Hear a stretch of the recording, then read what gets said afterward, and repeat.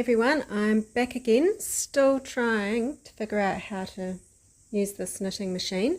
A little bit excited today because I'm going to try and do the tuck stitch. So that means I get to make some, or hopefully get to make some pretty patterns, which I'll show you in a minute. Which means we also get to play with these buttons. These number 2 buttons, maybe the number 1 button. I'm pulling these forward. These are broken, so I'm actually having to figure out how to do it manually. So there should be, I should be able to move these backwards and forwards and they stay there, and that sets the pattern. And there's a few other things that go on, but essentially there's a zigzag dial here, and it helps to move the pattern along and back. So and there'd normally be a lever on the left hand side here at the end of the machine, and you'd pull it across and that would move it to the next position where it needs to be to set the pattern in the correct place. But because that's not working, I'm going to have to try and do it manually. Hopefully that also works. But anyway, exciting to try it. It's either going to go well or be a total failure. But we're going to find out one way or another. Just to note, I have changed to a 4-ply yarn. So I was talking to Mum on the phone the other day, and she actually remembers quite a lot about using this machine. I was well impressed because it's been like, I don't know, about 40 years, probably, yeah, 40 years since she used it. I might have to get her in for some lessons. Anyway, because I had changed yarn, I've knitted up a bit because I wanted to make sure I had the tension right, because it took a while. I do actually have bits that just went wrong. Just the tension was either too loose or too tight, and the stitches would just keep dropping. And then because I kept unpicking it and stuff, the yarn, you can see it started to split and stuff. So I've just got fed up and cut that bit off. But I have now got, hopefully, the tension right. So you can see on this dial, hopefully I'll be able to zoom in, but I've got it on 6.1. So that's for 4-ply yarn, and well, it looks alright. So hopefully that's a good start, and it's a good sign of things to come. Alright, so this tuck stitch, I have my trusty manual here. I will bring it down and ta-da! It's got my shadow on it, but I think this is what we're going to try and do. I think that'll look really quite pretty. It's not very focused on the words, but you can see the picture there. It's quite cool. And this little diagram here, I think is what's going to help me more than the instructions, because like I said, like here it says turn the needle, select the lever as far as it will go. Well, that doesn't work, and the needles move to the D position. Well, that's not going to happen, so I'm going to have to read through and try and translate it to doing it manually. And I think these little bits, that's obviously where the tuck stitches sit. So I think I might be able to interpret what they're saying here into this. I think, yeah, that's going to be a big help for me. So I'll chuck my trusty manual up here where I can read it as I go. Stay up. Here we go. And fingers crossed, let's hope for the best. Okay, so the first instruction is to press in both buttons too. So if I just put this over here, sorry, it's a bit wobbly. Both buttons too. 1, 2. Okay. Then it says set the pattern selector buttons 1, 5 and 9. So these would normally be the pattern selector buttons, and you would push number 1 back, number 5 back, number 9 back. But we can't do that. So we're going to do it manually, and so it would be number 1 here. So 1, 2, 3, 4, and then 5, 6, 7, 8, and 9. And you can see here that every, one will come forward and 3 will stay back. One will come forward, 3 will stay back. So if I do that all the way across, that sets, yeah, it's essentially doing this bit. So 1, 2, 3, 1, 2, 3, put that one forward, 1, 2, 3, forward, 1, 2, 3, forward, forward, forward, forward, and forward. So then, I don't know if you can see over here, this is where the tuck stitches are going to sit. So there's 1, 5, and 9 down the bottom there. That's my interpretation anyway. So anyway, set the buttons at 1, 5, and 9. So we've done that, which, yeah, we've changed that to bringing the needles forward. Set the zigzag dial. Well, that's at 1. Well, that doesn't work, and it's currently just always sitting on 1 anyway, because that's just where it happened to be when it broke, so that was kind of lucky.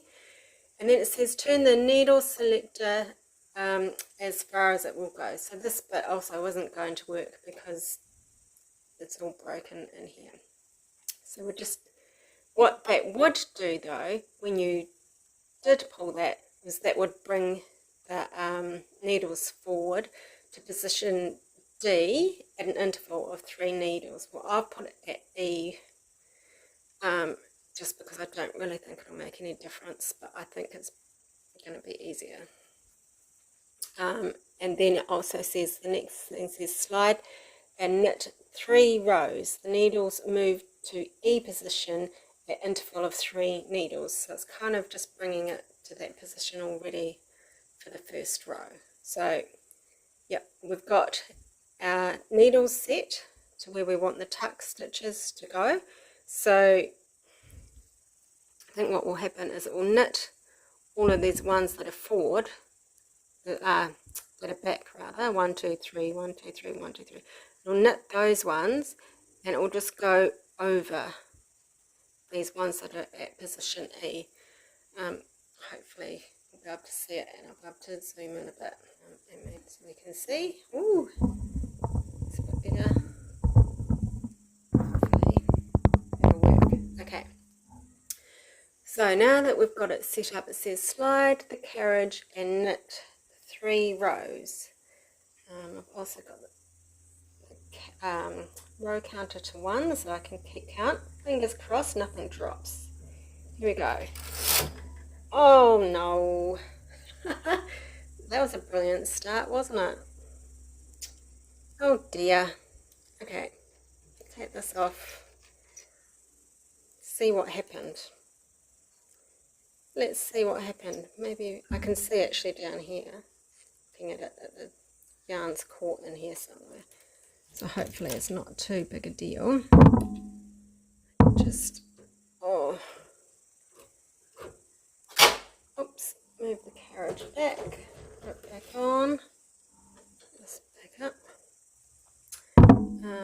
and just flip this yarn off of here. Just, I don't know, just caught somehow, but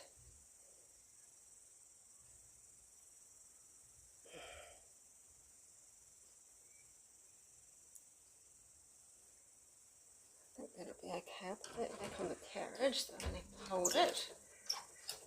And then just check out this last stitch. Here's a trusty. Right. Oops, sorry, knocking this thing again. Just undo this one because I think that one actually knitted. It did. And then I just have to make sure all of these stitches are ready to go again, because otherwise they're going to fall off when I go back across. Make sure it's E.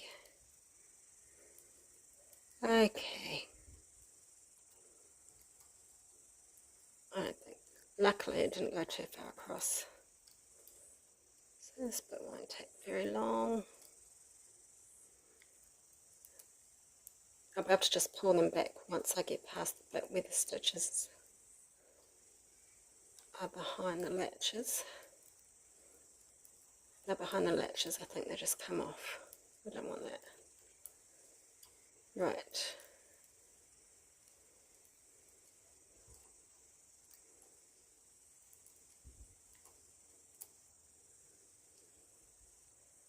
Oh, maybe I got further across than I thought.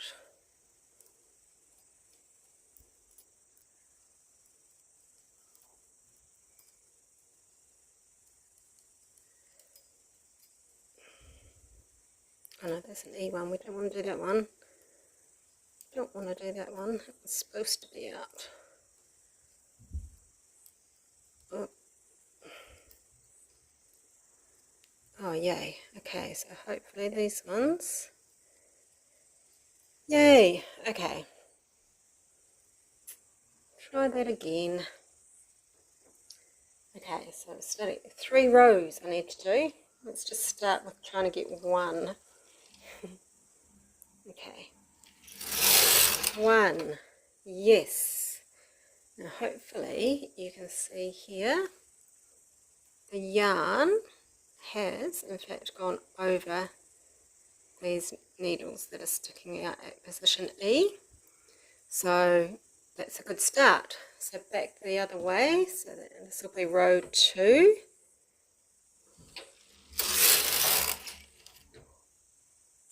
Oh no, drop some stitches here. So that is frustrating. Okay. No, let's drop them down quite far too.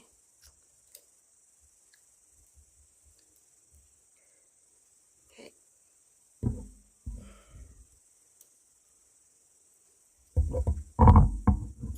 Right, just need to move the camera because right, first of all, so that the stitches don't run down any further, I will just catch them up onto the hook. And then I'll have to work them up. Again, problem with the 4-ply wool is it's even harder to see and get into because of course it's finer. It's a bit split, but we'll sort that one out. And last one, oops, I ran it down one more.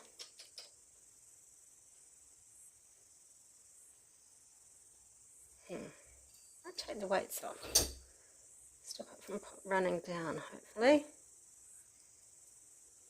Remember to put them back on though, because it does make a difference. I am discovering they are more important than you think. Okay, so although I haven't got them knitted, I do have them picked up. So this one's run down a couple of rows by the looks of it.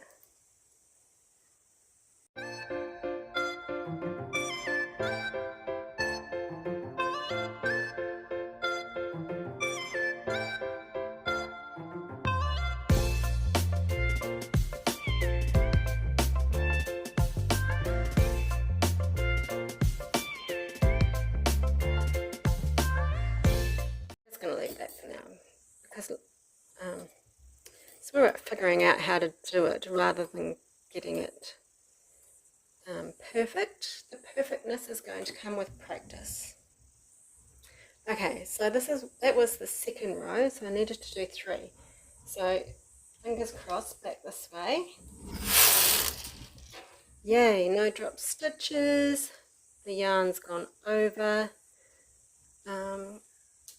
That looks alright. So the next instruction is release button 2 at the right side of the carriage. So if I move that here, so this is release button 2, so we just push button 1 and it releases button 2 and knit 1 row. Let's see what happens. Okay, so it has caught down here, which isn't ideal, but it's knitted across all the stitches, so all of the ones that were at E have now been pushed back and picked up and knitted and you can kind of see where the tuck was. It's quite hard to see, but it's kind of like pulled it up, and then at this end done something wacky. But again, we're just going to do the best of what we've got. Let's see what happens. Okay, so we'll just pretend that's not there. And it could be because I forgot to put these back on, so I am going to catch that little loop in there so that next time we come across the row it doesn't catch again, because that would just be annoying. See if we can get it right. Okay, so we've done 4 rows of the pattern. Then it says set the zigzag dial to 3. So this dial up here, where are we? Can I see? This dial here, we would normally move to 3, and it would move all those buttons to the next position that was required when we pull the lever, the needle selector lever. But because that's not working, we are missing that part out, and instead we are moving them forward ourselves. So if we look at this little diagram here, you see this is where the needles were moved forward in the last pattern that we did, so 1, 5 and 9. So this time they're going to be at 3, 7 and 11. So I'll do that. So the first one is number 3. So 1, 2, 3, bring that forward. Then we're going to miss 3, 1, 2, 3, and bring the next one forward. So that would be number 7. Then miss 3, bring the next one forward, and that would be number 11. So on here it would have been bringing, oops, you can't see that, up on these levers here. It would have been pushing 3, what did I just say, 3, 7 and 11, locking that in, and then pulling the lever at this end of the machine to move the stitches, and that's when they would all pop out and they would have gone to position D, but we're moving to E because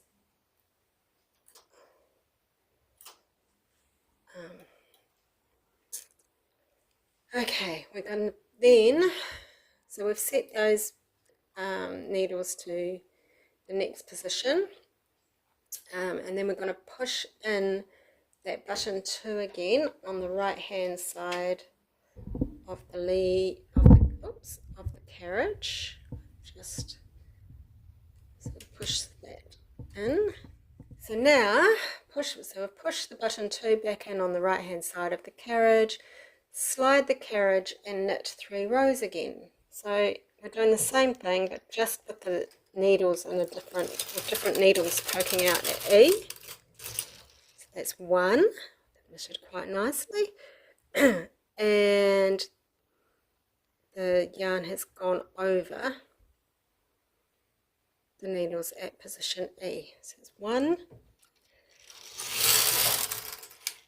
2, oops, don't drop that.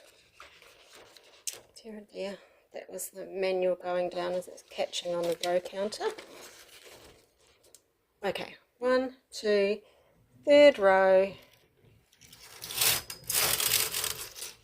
Yay, we're having some success here. Okay, so then we've done the 3 rows, release the button again on the right hand side of the carriage, and knit 1 row. Woohoo! So that's 1 full pattern. A full pattern is 8 rows, because then we go back to the beginning and start by pulling these levers out at 1, 5 and 9 again. sure if you can see, you can start seeing some of this pattern. Okay, well that's actually not working out too badly, and I think actually having the finer wool is giving the pattern a bit more definition. So we'll do another pattern. So we're going to bring the levers forward, so 1, 5, 9, so every third one. And I've just, so now that I can sort of see the pattern, when we change the needles next time, so it was going to be 3, 5, sorry, what am I saying? 3, 7 and 11, if I just bring these forward, there'll be these ones that are in the middle.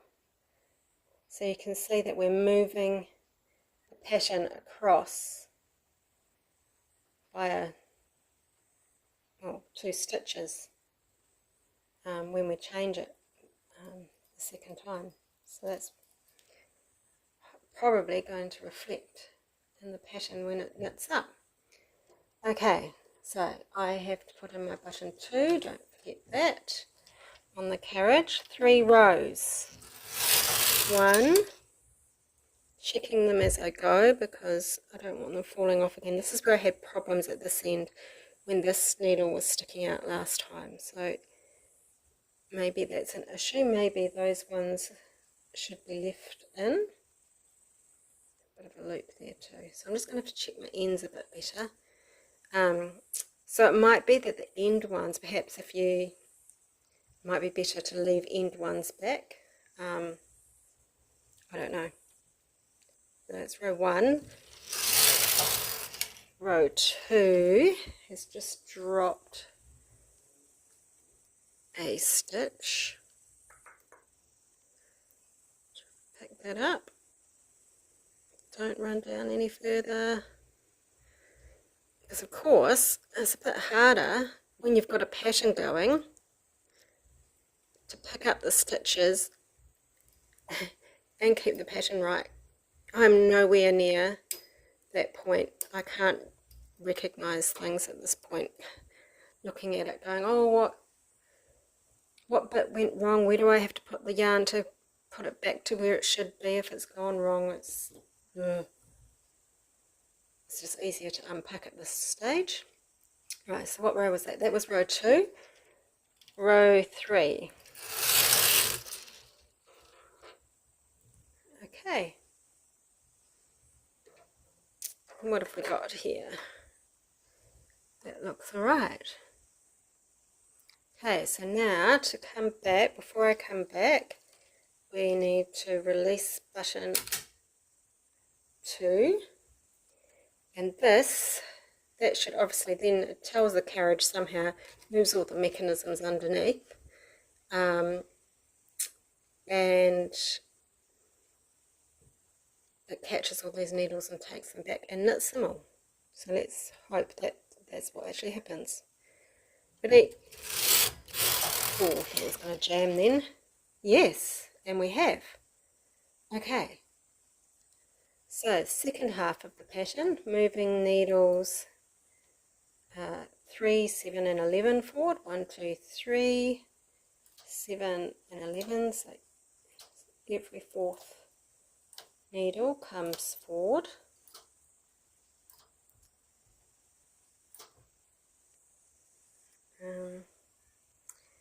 And then remembering to push the button 2 in on the right hand side of the carriage. Push that in and then zooming across 3 times, another 3 rows like that. 1, 2, 3. Most excellent. Okay, releasing the button 2. The needles again should go in and knit all of the stitches. Yes. Oh, wow. I'm quite happy with that. I'm hoping now you can start seeing texture. I wonder if I need to put something behind it so you can see it a bit better. Let's try and see if it makes a difference. See the texture there? That's looking pretty cool. Alright, I'm going to do a few more rows and then I'll be able to, it'll be a bit longer and I'll be able to flip it up and we'll be able to see what it looks like on the other side.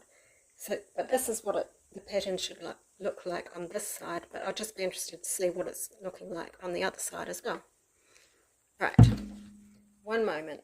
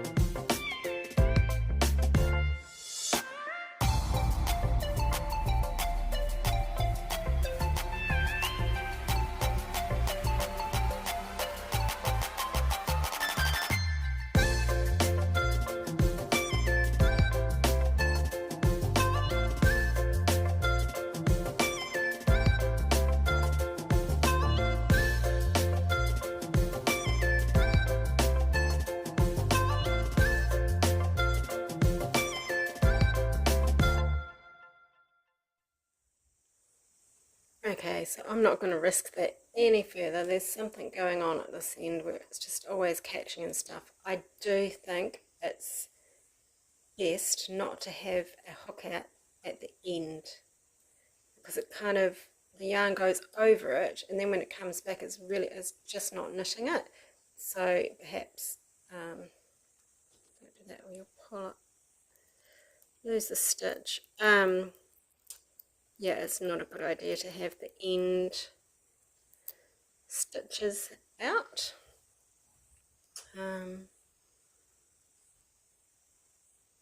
Anyway, we will take these weights off and have a look and see what's on the other side. Because again, I mean, we're learning from these little ugly bits. We're not after perfection just yet. Maybe one day. Okay, the other side is fairly plain, but it does have like a nice crossed sort of bubble diamond texture.